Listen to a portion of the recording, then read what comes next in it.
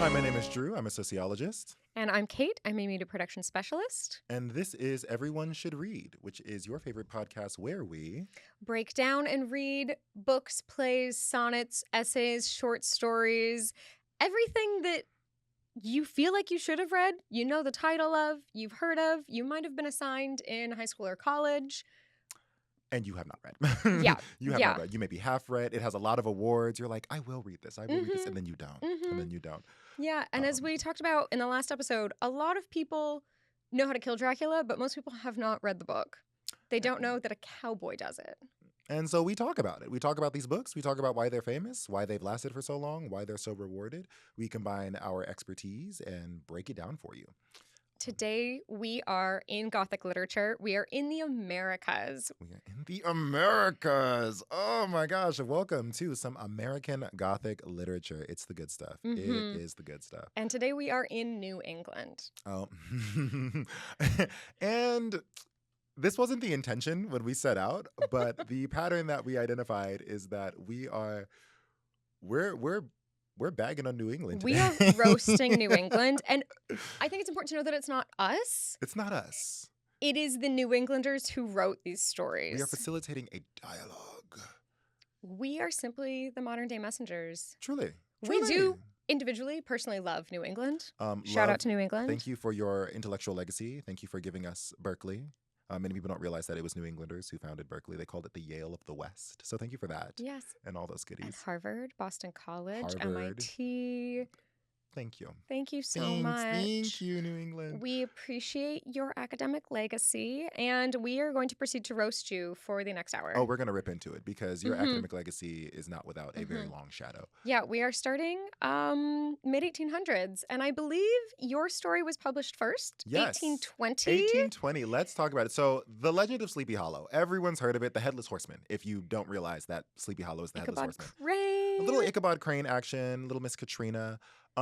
So a little bit about sort of my expertise and what I'm bringing to this and why this is relevant to the story, because the story itself is really, really short. I can give you a quick synopsis. I'm sure you have already heard it, though, actually, and it's... Maybe even seen the Disney animated version. There was a Disney animated... There was like a really brief revival or like There's reboot. a Johnny Depp version. Did not know that. That's crazy. Yeah. I might watch that. For the listeners at home, Drew does not have a television or Wi-Fi. So when we have pop culture discussions, I do occasionally feel alone in that journey. I am so sorry. Yeah, no, I go home. It is me, my armchairs, my books, and I like to handwrite a lot of my notes and annotate my books in person because so much of media is sort of in a place where it can be edited retroactively. Yes, and that is why I personally love to buy my books. Also, I heard someone say this the other day, but it's not even doom scrolling anymore. You just open your phone and the doom is there. There is some doom. There is a little bit of doom. So we're here to go back in time to the end of the British Regency era, to the year that the Missouri Compromise was written. And unfortunately, like, we're going to contextualize the doom. This is not escapism. This is history. I'm so sorry if you thought that's what this was. It's not. But let's get into Washington Irving's Sleepy Hollow. Yeah, so let's talk about Sleepy Hollow. It is the story of Ichabod Crane, who is a school teacher. He is not a cosmopolitan individual, but he is a very sort of well-rounded individual. And as we read these books, we're starting to understand that those things are not the same today. They are very often the same because in order to become well-rounded, you have to be exposed to a lot of things. But back then, it was not the case. And so Ichabod Crane is this school teacher. He is from Connecticut, and he is sort of in Dutch-controlled or Dutch-influenced New York. And so he's down there. He's rotating. In 1790. Yes. Right, sorry. Yes, That's when the story takes place. The story takes place in 1790. He is in the kind of Dutch-controlled New York. He's down from Connecticut. And he's sort of he's in rural, like Hudson River Valley, Dutch-controlled New York. And he's kind of just bipping around. He's teaching people. He's a school teacher, and he resides at people's houses periodically. And he's kind of a dork. He's like described as tall and lanky, and he's got this nasally voice about him, this nasally quality about him. And he loves to eat. He's so hungry all the time. And like you see this kind of satirized in the Disney adaptation. He becomes a stereotypical nerd archetype that will proliferate all of media for decades and decades. Like this sort of overeducated, self-insistent sort of, I mean, there was an element of Puritan culture that was sort of like, look at me go, like, and you should be more like me. we will get into that later when I talk about Scarlet Letter. Yeah, we will. But he leaves Connecticut. He's in the Hudson River Valley now. And this is where he's living this life, but he has those sensibilities about him. And he falls for this woman. Her name is Katrina. She is young. She's 18 years old. Her father is like the wealthiest farmer in the area. And so he's trying to court her. But like his little lifestyle, it's very simple. It's very kind of bucolic, unassuming. He likes to play his music. He likes to conduct the choir at church. He teaches people how to sing. It's decidedly quaint. And he loves scary stories. He loves gathering them. But every time someone tells him scary stories, he like walks home at night and he's spooked by like the crack of a branch or the hoot of an owl. Literally any animal, any scampering. He is me. Biggest scaredy cat anyone's ever met. If it's like when you're on TikTok and you're scrolling, you get to one of those scary posts and you're like, it's 2 a.m. I'm not doing this. I will watch the whole thing because I have a need to know that is so ingrained in who I am as a human being. It's like Puritan. And then I will not sleep. And it's spooky. Like, it's spooky. My own home suddenly becomes like this unknown spooky space at night. And this is what happens to like his own community. This is where he lives. And so as he's like trying to woo Miss Katrina, he thinks he's doing a good job. You know, he like plays her some music. He like teaches her personally, you know, real intimate. He's a tutor. Taylor's oldest time. Truly it is. Inappropriate. Always. I mean, well, yes. Yeah. And he thinks he's won her. He has not won her because there is a dashing young Dutchman, Hans Van Ripper. Hans Van Ripper is big. He's beefy. He's hot. He's smart. Everyone likes him. He knows how to drink. And he also has his eye on Miss Katrina, who, you know, she's the prettiest person there. She's the prettiest person. Her dad's rich. He's this really wealthy farmer, got this huge bounty. And so one night... It's a big 1-2 punch. It really... To be hot and rich. I mean, yeah. I only know one. I love that for her. Truly. We aspire to Miss Katrina. But so... They're both courting her. They're at this party. They're courting her, and Hans Van Ripper tells them a scary story. He's like, hey, Ichabod, I know you love some scary stories. I got a story for you. You know, you may have heard of the Headless Horseman. You know, he was in the Revolutionary War, lost his head. You know, he rides around. He's looking for his head. Ooh, spooky, spooky. Rides to the bridge. He disappears. And he goes, I raced him one night. I beat him. I'm the fastest horse rider because I'm so masculine. Look at me. I'm so hot. Like, it's literally the definition of not even a self-insert, but just like patriotism. Because at this time, the United States was the United States, but it was separated into these different regions that were controlled by historical cultures. And so up in New England, you had the Puritans. And in what would become New York and the Hudson River Valley, you had the Dutch. And he was really proud of his Dutch heritage. And so he tells this Famously tall, big beefy dudes. Big beefy dudes, blonde hair, blue eyes. And so Hans Van Ripper is like the pinnacle of this Dutchman. And he's like poking fun at this nerdy, dorky, skinny little Puritan.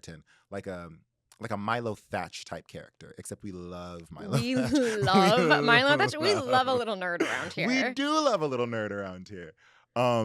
And then Ichabod's going home. He's going home. He like rides a horse back home. It's like a little kind of a gross horse. It's like he borrowed it because he wanted to show up on a horse, but it's like the horse equivalent of like a 2003 Toyota Corolla. Stop.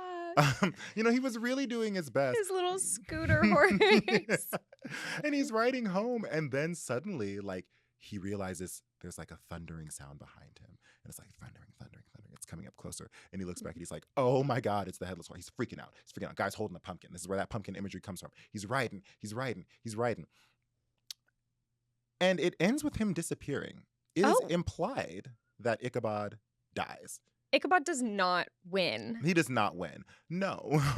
It is implied that this dorky nerd who was like trying to have his shot at Katrina dies. And Hans Van Ripper tells this story after. And whenever someone tells the story, it's like a scary story. It's like, oh my gosh, like, ooh, they got him. Like Ichabod disappeared. And every time someone tells the story, Hans in the corner like bursts out laughing. He like loses it. And like, it's crazy because like Did he do it? It's giving manslaughter. It is giving manslaughter. If Mary Shelley had written this, there would be a small procedural courtroom drama infused into the narrative. And we love her for it. She's really good about those. Yeah, so Ichabod dies. And I think the sort of the meat of this story, like the real fun part, the meta analysis of this story, the part that I really enjoy as a social scientist, because at this time, I'm doing a lot of research into like American identity formation and all of that kinds of research.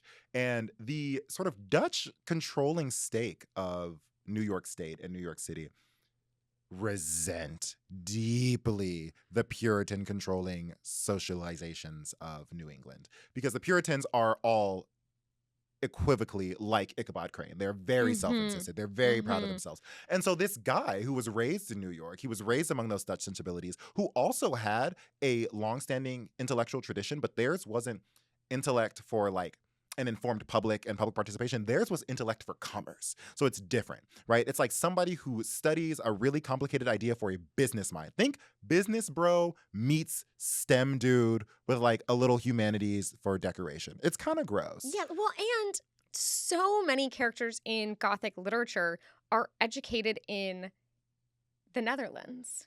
It's a very like, oh, he's so smart, he's so superior, who's Dutch educated. Because we have Van Helsing, Right. Doctor. Doctor. Please check out that episode if you have not. And then we have Victor, who's in Germany, but they still have like a similar intellectual But then tradition. in my Scarlet Letter, which is coming up in a few moments, we also have a Dutch educated scientist character. And I think a big part of this is because during this sort of transition, the transition that predicated Romanticism and by extension Gothic literature was the scientific revolution. It was the Enlightenment. It was like the raising of science above all else. And people sort of resisting that because they thought it was a bit much. And it is in resisting that they must give us sort of foils to romanticize against. And where else do you do that but the center of intelligentsia, which you would think would be the Puritans, but at the time, because they were so worldly, so cosmopolitan, it was the Dutch, because their commerce was so strong. They were the pinnacle of New World success. Shout out to Amsterdam, I guess. Shout out to Amsterdam, I guess.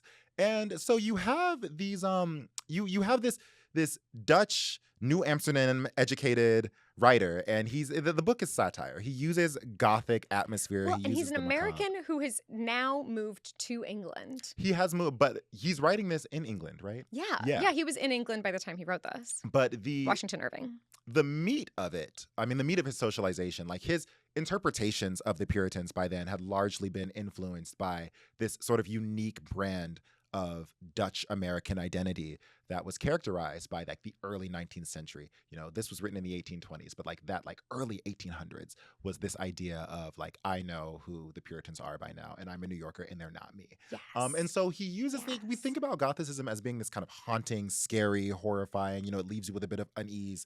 But here in kind of rare form, he uses it for humor. He uses it to make fun of someone. And it's by saying like, I'm chilling, I'm hot, I'm smart. It's a joke on my end, but on his end, it is very serious. Which is interesting. He says it with his whole chest. And he's like ragging on New Englanders. He's like, they're superstitious, they're xenophobic, they're scared, they're weird. And it's a great short story. Yeah, that's the legend of Sleepy Hollow. That's New England vis-a-vis a Dutch guy. Tell me about the Scarlet Letter. Okay, so it is also ragging on New England, also ragging on Puritans, but from the inside. Okay.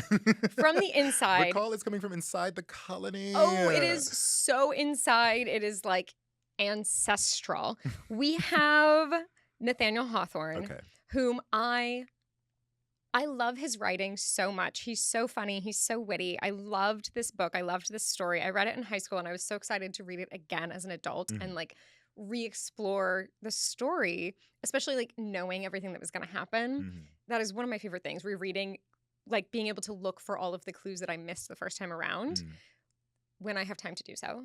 Heavy. Time is tight. On the other I'm side trying to just read everything, and my TBR is just endless. But we have Nathaniel Hawthorne, who his great-great-grandfathers, his forebearers, were the Puritan magistrates who led the charge in the Salem witch trials, and that is something for which he feels a deep sense of guilt.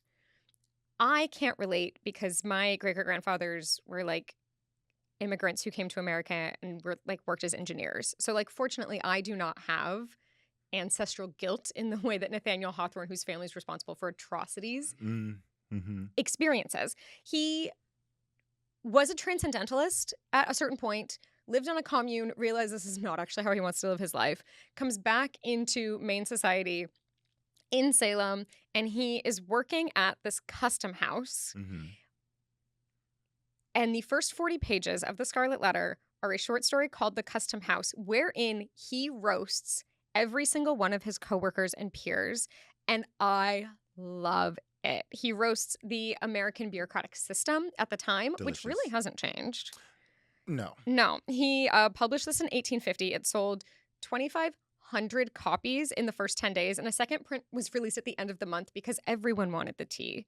It was so good. Very timely. Yes, and he had to put a preface at the beginning of the second print where he was like, people called me out and said that my characterizations of my colleagues were inappropriate. I reread it, and I still think it's accurate. I'm loud and I'm correct. publishing it again. I'm not changing anything. Thank you so much. And I love it. It's delicious. I laughed most of the way through The Common House because his characterizations of these people, he's like, I do like these people, but they are atrocious. They are caricatures of themselves. And you need to hear what it's like working in this office. That will kill me if I do not get out of here, which is why he's part of the reason why I believe he's writing this story is because he needs to leave in order to save what he believes is left of his soul.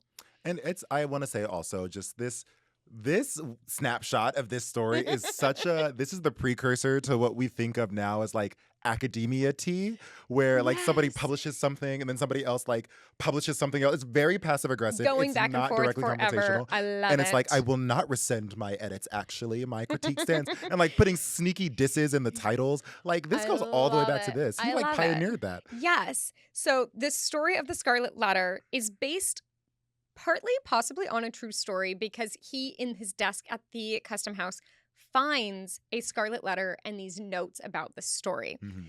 Whether or not that's actually true, no way to know. Drew was talking earlier about how you would love a Ouija board for ethical purposes. Oh my gosh. Ethical. Okay, stay with me. Ethical Ouija board exclusively for research. God, like you have no idea how many people I would like to just sort of sit down and like seance channel them and be like, what do you think of current events? What Not is even current events, but like, could you interpret this for me? Was it gay? What did you mean when you wrote this exactly? I want to know. Did like, you know that confirmed bachelor meant what it meant? Or are we just like, Are we doing that? And now that was he asexual? Was he gay? No, though. Like now that you see how we've interpreted it, were we does right? Does it track? Like, have Were you we changed your right? mind? Did you intend it a different way and now it is this? Like, Yes. Would you retract that statement? God, I want that Ouija board so bad. Like, I cannot stress enough. I want to talk to Virginia Woolf. I want to talk to Audre Lorde. I want to talk to Karl Marx. Oh my God, I want to talk to Karl Marx. I also want to talk to everyone's wives. That too. Like F. Scott Fitzgerald. There's the rumor that Zelda, his wife, wrote everything. Give us the tea. Like, you can tell us now. You're dead. Did she? We won't hold it against anyone. We just need to know. We'll hold it against them. That's a lie. We're lying. Yeah. Like, we're prepared to hold it against you. We're preemptively We're holding it already against holding you. things against you for the other things that you've already put in print that We're have holding lasted for hundreds of hypotheticals. years. Yeah. Could you just tell us if we were right? Just spill the tea. I need to be right, and I need to know the gossip. I need to know the guy. I want to know so bad. Also, I will accept a time machine if I can't have a Ouija board. Which is why I love Nathaniel Hawthorne and the Custom House and the first 40 pages where he roasts every coworker he's had. Just straight up tea. Just straight up tea. And it's beautiful. And then he gets into the story of the Scarlet Letter. Okay, tell us. The story takes place in 1640s Massachusetts in a Puritan settlement. And we've already touched a little bit on the Puritans, but some things that are really important to understand is that it was a particular sect of the Church of England who thought that the church should do away with like cultural practices that seemed too Catholic and were not taken directly from the Bible. And so something interesting about them is that they moved entire families to the colonies in New England, whereas the rest of the colonies were populated predominantly by young men who were looking for an opportunity, a chance to make a new living and make a name for themselves. And so there were women and children and whole families established in these Puritan colonies. This is true. Protestant plus, which is how hot, young, sexy Hester Prynne finds herself in a Puritan colony.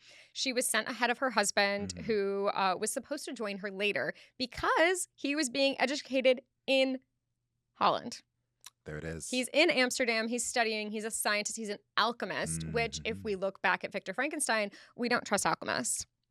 historically in literature. And it's not even because they're bad at what they do. It's just because they're incompetent after they've done it. Well, and there's just a lack of morality. That too. Which I don't know if that is the humanities and sciences just at war eternally. Perhaps. But what is morality really? We'll get into it. So anyway, Hester Prynne has been sent ahead, and it's been several years, and everyone assumes he's dead because no one's heard from him. Mm-hmm. It has been several years. Hester has an affair, and the only reason she gets caught is because she gets pregnant. And is it even an affair if he's dead? The man is dead. Well, here's the thing. She's not married and is a Puritan colony. So, got me there. She is Mrs. Prynne. And that is part of the problem. It's a huge no-no in Puritan Boston. And so, of course, because things cannot get worse for her, it is when she is standing on the scaffolding, being publicly shamed before her entire town, holding her newborn baby, Pearl. We will get to Pearl. That her presumed dead husband strolls back into town. And they lock eyes, and it is like, oh, I didn't think this day could get worse, and here's my ex. To witness my humiliation. Damn. Right? Damn. The magistrates are like, tell us who your partner in crime is. And she's like, no. Shan't. No, will not. Willing. This is mine and mine alone to hold. She's standing there with the most beautifully, gorgeous, ornately embroidered A for adultery on her chest. And her newborn baby. Mind you, she's been made to wear the A. She's been made to wear the A. It's part of her punishment. She made it pretty. She made it so pretty, in fact, that after her punishment of standing on the scaffolding all day in front of the town is over, she does still have to wear the A for the rest of her life, as long as she is in this Puritan society, in this colony. She moves to the edge of town. She's in this cabin, she and her daughter, and the embroidery speaks so highly of her skill that everyone comes to her to have everything embroidered and embellished for the rest of the story. The story takes place over the course of 7 years, and we know this because Pearl is an infant on the scaffold. There's a period in which she's 3 years old, and then there's a period in which she's 7 years old. And there are big time jumps in between because, frankly, we are just in the nitty-gritty. There is a plot point on every page. And we appreciate Nathaniel Hawthorne for this. Writing. Yeah, it's 246 pages. The years pass at a steady pace. I love economic literature from like the 19th century because they can just as easily be rambling and like needlessly wordy. And it's interesting because some books, you read it and you remember that they did not have any other form of entertainment. Like Dickens, David Copperfield was published the same year. Charles Dickens got paid per word, and it shows. Yeah, it does. He wrote in serial episodic magazine issues, and he had to fill the time and the pages. So his books are wordy. Nathaniel Hawthorne is efficient. I mean, yeah. And funny. It's American. What can we say? I love it. Brisk, quick clip. It is not a spoiler to let you know that Hester Prynne's partner in crime is the Reverend Arthur Dimmesdale, whom everyone considers to be the gorgeous golden boy, an angel among us, the purest of hearts, purest of souls. His words are sent directly from God. From God. This man is being eaten alive because he knows that he has committed the ultimate sin of not only adultery, but abandoning the woman he loves and their child to be ostracized by the community. Over the course of the 7 years, he gets worse and worse and sicker to the point that everyone comments on it every single time they see him. They're like, this man looks so deeply unwell. So deeply unwell that on day one, when Hester Prynne sees her ex, we're officially going to refer to him as her ex because he comes up to her afterwards and he's like, do not tell anyone that you know me. I do not want to be associated with this. I'm going to reinvent myself here, keeping in mind that like Social Security doesn't become a thing until like the 1930s. So he just can. So you can continue to reinvent yourself forever. What would life be like if people were still able to do that today? I wonder. But I think with digital technology, it's simply impossible. It's gone. That era's over. He renames himself Roger Chillingworth. Because that is the name of an innocent, well-meaning man. Upstanding gentleman. I, the completely unsinister Roger Chillingsworth. So it is to no one's surprise that he is a villain. He sucks. Yeah, of course, Mr. Chillingsworth sucks. He's a bad guy. We don't love him. We do not support Chillingsworth in anything because he immediately tells Hester Prynne, I am going to find out who your compatriot was, and I am going to ruin their life. Which, I mean, if my partner had an affair and had a child with that person, I would also feel justified in that. But personally, I would move on. I mean, I would be heartbroken, but I would move on. It is important to understand that this was not a love match. Hester Prynne is young and gorgeous in a colony in which Nathaniel Hawthorne describes everyone as looking as though they had a very hard life. These women are not capable of being attractive because of how difficult the world in which they exist is. They are hardy, they are ruddy, they are built for pioneering, colonizing life. Hester Prynne grew up in England, lovely home. She marries the man who becomes Roger Chillingworth. He's an academic. He is described as one shoulder higher than the other, one leg longer than the other, not very attractive. Academic. We're poking fun at academics in New England. I mean, that's in this the episode. theme today. But here's the thing: we love our New England academics. As academics who lean very far into the American academic legacy, which was facilitated by New England, like we get to do this. We get to do this. Also, we believe that nerds can be pretty. We don't subscribe to the awkward, nerdy tropes and stereotypes that pop culture uses on a regular basis. I like to say that everyone can be a nerd about something because everyone is so passionately, lovingly seeking information about something. Also, we're both really stylish and hot. Well, there's that. So there is that. I feel like my hair should be nicer when we say that. I mean, true, and my skincare could use some anyway, work. But I'm right. I am right. You're not wrong. But here we are. Yeah, so we have this girl. She's now on like the Puritan frontier. She's on the Puritan frontier, and she's on the outskirts of society, which is important because the only moments of honesty come in the wilderness. They come in the woods. They come not under the cover of night, but under the cover of trees and nature and the unknown to this Puritan society. So this is that sort of transcendentalism as like a subset of romanticism. Yes. This romantic literature, anti-enlightenment, or not even anti, but just like resistant, pushing back, challenging. Yes. Okay. Yes. And that is where we get these Gothic concepts of the known versus the unknown, the educated versus the uneducated, and like who really knows what. I will say, which is beautiful. One of my favorite things about these kinds of stories is the understanding now with modern science and like modern research techniques, like things like somatization and how stress and trauma wreak havoc on your body. And then going back to a story that was written in, you said 1840, 1850? 1850. And just seeing like how much detail they put into people's haggard appearances just because like life is sort of stressful. Well, and it's so interesting that you should say that because both Arthur, the Dimmesdale, or Reverend Dimmesdale, and then also Roger Chillingsworth undergo a dramatic physical appearance over the course of 7 years. One through guilt and one through evil, which I love that is an option. I wish evil people were ugly all the time so that we could spot them immediately. Well, so they are. I think we just kind of... Bitterness does age people. It super does. And I feel like there are a lot of... I think every evil person I've ever met has been ugly, actually. I'm sorry, have you seen photos of young Stalin, though? Oh, my God. Go look it up. I'm so sorry. Young Maybe Stalin. He wasn't bad when he was young. Well, you know, power is corrupting. He meant well in part, but he was definitely like an we're not here for this. We're evil, so sorry. Like, we're cat stroking. We're gonna get back to books. Controlling the USSR. But do yourself a favor and look up young Stalin. Anyway, so Chillingsworth, evil corrupts him. He becomes worse looking, and he was already unattractive. He's just nothing particularly exceptional about this man. Before. Really real true. Plain. He would not even plain, but like uncomfortable to look at. Oh my stars. Listen, this is Nathaniel Hawthorne's story. I'm just telling it.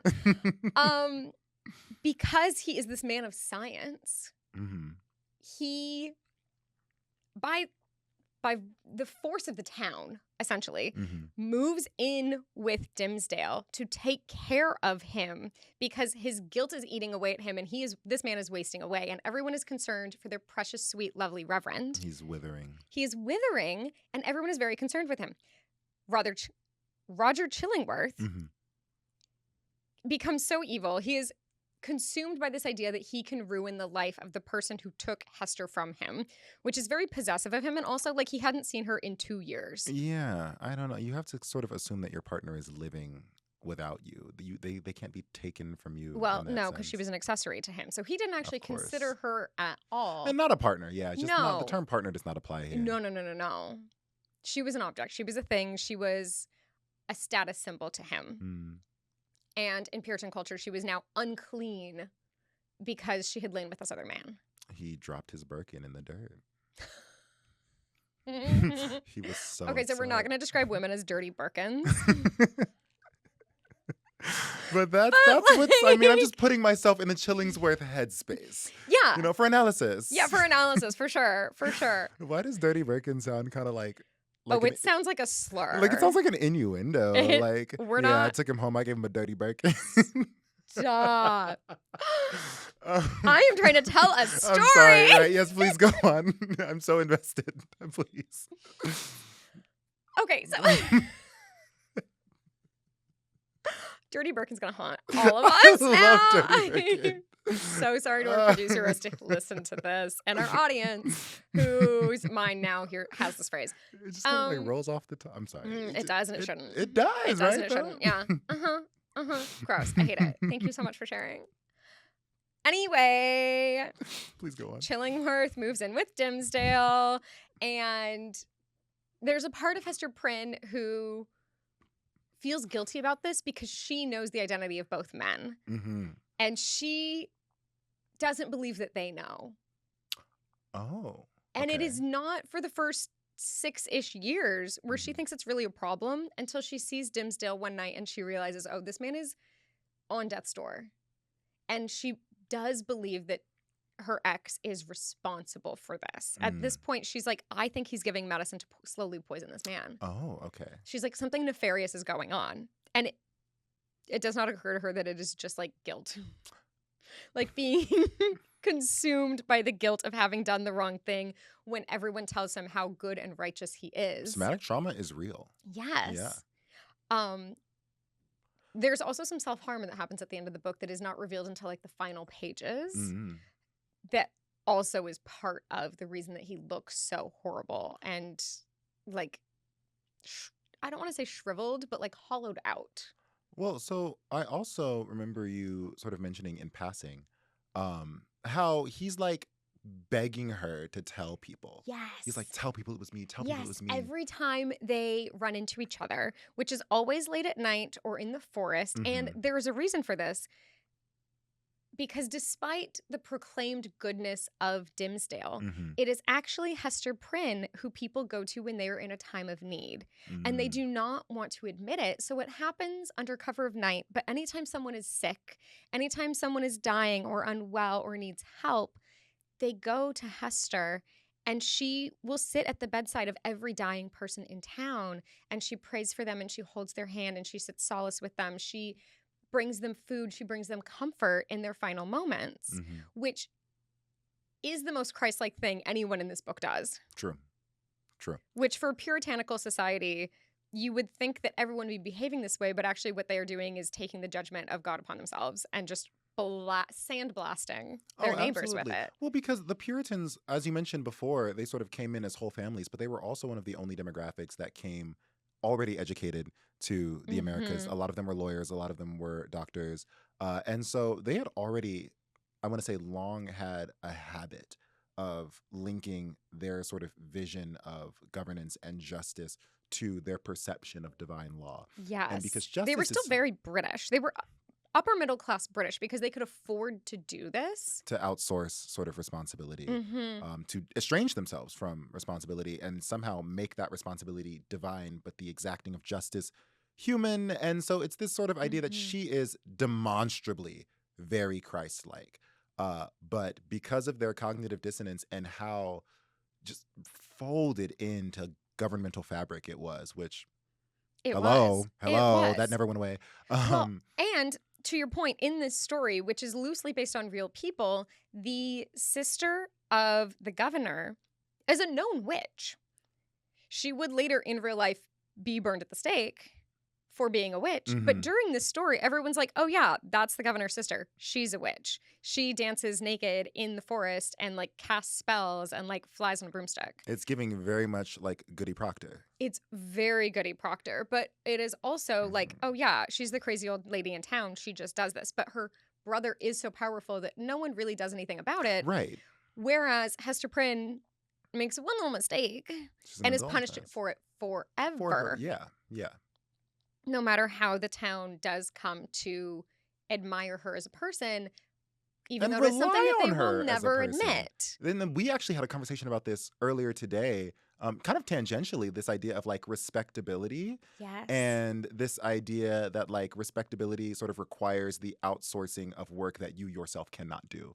And here it sounds like it's the same thing kind of continuing where, you know, if you want your garments embellished, if you want your things to look really good, if you want really nice tailoring, you can rely on her to do that for your own respectability, the presenting it, proposing it yourself. So the judges, the governors, the magistrates, all burial clothing, she has adorned and embellished and embroidered all of it. With the nature of the work. The only thing that is never brought to her is bridal clothing because she's still unclean. Well, and also everyone would know that she did it because everyone goes to her. It would be very obvious because no one else in the town can match her level of excellence. This is not just misogyny folded into de jure law and legislation, but it's de facto. It's like practicing interpersonal, interaction-based misogyny. Yes, and it's so interesting because the adults sort of move on with their lives, but the children are the ones who are like, we see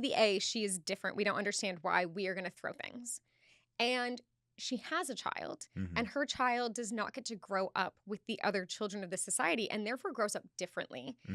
So different to the point that Hester Prynne is afraid her daughter is a fae changeling. Like, this girl is wild. Pearl is on her own, and a lot of that is questioning and asking why and not understanding the structure of the puritanical society in which she resides on the boundary of. She's on the periphery. She spends her whole life on the periphery. And that is very confusing for her. And Hester has to fight for custody of her daughter. And at one point actually goes to Dimmesdale and says, you have to advocate for me. Do not let them take my daughter away from me. And he does. He backs her up. And people are confused why she goes to him because she's still keeping the secret. Even though he has asked her numerous times over these years, please reveal the secret. Please out me. Even though he can just do it himself. He can do it himself. He can take that responsibility unto himself. Considers doing it every single Sunday at the pulpit and then doesn't. And then doesn't, which is... This is just men not taking responsibility for their own actions. Which, just like last episode, and hey. It's almost like it's a trend. It's almost like art imitates life. It happens all the time, everywhere. Curious. And Nathaniel Hawthorne does have really progressive feminist ideals in his novel, which is phenomenal for 1850. Right. Well, also, it's almost like everyone has thought that women should have their own agency this whole time. It's almost as if the idea of women not having agency is a uniquely Western evolution, and other major cultures in the past had current recent thing. And like, if you have to use violence to enforce it, maybe it's not the natural law. I fear that. I fear that you might be onto something. Just an idea. Just a thought I've had. It is just with bouncing immense around. fear. Throwing that out there. And unease. Yeah, we can unpack that later.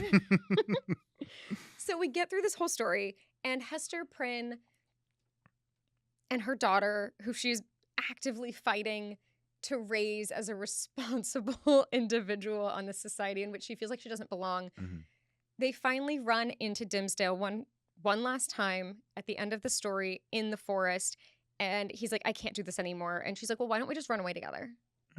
He's like, my love for you consumes me. My guilt consumes me. I cannot stand up in front of these people anymore and be called pious and good, knowing all of the failings that I have had. And she's like, well, literally, there's a ship in the harbor. We can just leave. True. And there's this beautiful moment in which she throws off the scarlet letter. She throws off the headdress. Yeah. And she is once again this gorgeous woman in her prime. She's beautiful and young, and she is free. And her daughter comes back to her and does not recognize her mother.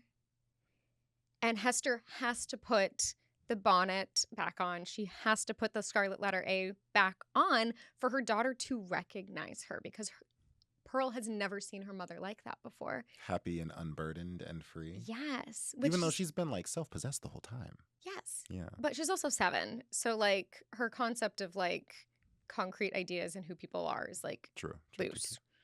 Also, it's important to understand that like children don't really develop a sense of empathy until they're about 6. And at the end of the story, Pearl is 7. And so even though she is out here questioning the puritanical society, she's also like not really doing anything to help herself.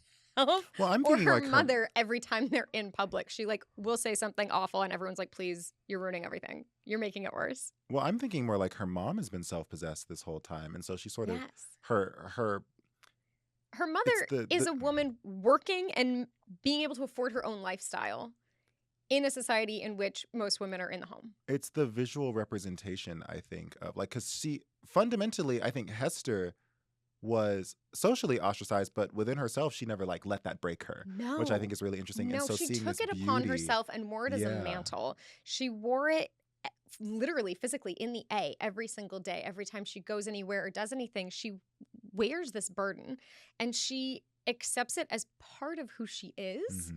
And so this moment of freedom for her is so shocking that her own child does not recognize her. And Dimmesdale is like, yes, let's do it. Let's be free of all of this. Let's go. Let's go. We can leave. And I have bad news. Go on. Okay, so this is really embarrassing. But he is a weak-ass little man. We gather. Yeah. So, they're literally set to leave the next day, and he gets up on the scaffold and reveals himself. Okay, so... And then dies. That's not it. Funny. That is how it ends. It isn't funny, but it is. No, it's not funny, is it? It's serious. Not funny. It's not funny. It's actually hilarious, I fear. Yeah. I'm sorry. Okay, sure. It was eating me alive, and I could have owned up to it the entire time. And it turns out he had carved the letter A into his chest. And had been recarving it every single day for 7 years, and also been like whipping himself and self-flagellation, torture, which is the reason that he looked so unwell every single day, is because he was literally torturing himself internally and externally for his own pain. Meanwhile, in the epilogue, Roger Chillingworth does finally kick the bucket and leaves all of his, what turns out to be substantial wealth, to Pearl. Oh. Who then gets the hell out of Puritan New England. Yeah. Goes off to England, marries well, lives large, has a wonderful life, and sends her mother pretty things. And this is 1850? This is so interesting. I just... Like I said, this was a hot seller. Well, the books flew off the shelf. I mean, I'm just so compelled by these kinds of stories because this is still a time period where, like, I don't know, England in the Americas is still considered like more home than the Americas. Yes. You know, even if you're born this was here. the end of like the Regency era when your book was written. I mean, it's just really interesting because by now the United States has sort of established itself as an entity. And there's still very much this, there are people who have been alive sort of for enough generations that they can still sort of understand the English provenance of so much of America. Yes. Well, Nathaniel Hawthorne's ancestors are only like great-great-grandfathers. It's not that far away. If you have generations that are not too far removed from one another, you do feel like you know where you came from and who fought for your right to be an independent country. Like, personally, everyone in my family, we wait 30-something years before we reproduce. So our generations are further apart. And it's hard to say how it might have been on average because life expectancy numbers and data are skewed. We have had such a high infant mortality rate for so long that it messes with our concept of how long the average person lived after they reached adulthood. Yeah. Yeah, which has no one controlled for that? I'm sure someone's controlled for Someone that. has, but it doesn't look good. I'll find the data. It's so much easier to be like, oh, people lived fast and loose because they only lived to 35. No, they lived to like 70. Yeah, nice and old. But like 10 of their siblings died along the way. Right. I mean, and, infant mortality went down and people were still kind of popping out babies, but they were sort of vestigial. It took a minute. Yeah, it took a minute for that to slow down. Yeah, there's like an interesting habitus there. Yeah. Which is pretty funky. I just really think about like the United States during this time and how interesting a sort of geopolitical entity it is, because the United States, I've said this before, I'll say it until I die, until I'm blue in the face, is so unique in that it is made up of like the 4 most prolific empires of their respective eras. Yes. And so you kind of come from England to what is now the Americas, and you're hanging out there and you're thinking like, well, in this part there are Puritans, but down here there is gentry, and over here there are merchants, and kind of back around this way there's Quakers, and then down over there's the Scots-Irish. They say that with like a sneer in their voices. And that sneer won't go away for a long time. Say again? I said, and that sneer won't go away for a long time. And it's really, in many ways, still hasn't. Is really interesting. And I just think that's really interesting because sort of these people choose to return to England, but by now the United States is largely English, but not exclusively English. And so it was never exclusively English. Right. It's just it was never exclusively English. No, because we've already had the Louisiana Purchase sale happen. Oh, yeah. We've already manifest destinied all the way west to where you and I reside now. Right.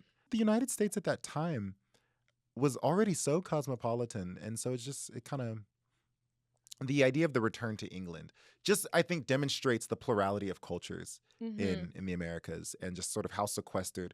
The idea of like the Puritan view, it's like, here I am, I'm American, and the mother country is England. But like the American mother country is not specifically England. It is sort of all over Western Europe, which I think comes across a lot in this literature. I think that sort of comes across a lot in industrialization, and as we move forward, and as those countries sort of duke it out, their sentiments manifest here. And we're reading what is categorized as classic American Gothic today, but we will also be reading Southern American Gothic. We will be reading Mexican Gothic. We will be getting into other forms of anti-colonialism, which is really what Gothic novels are. Well, that's more romanticism, I would think.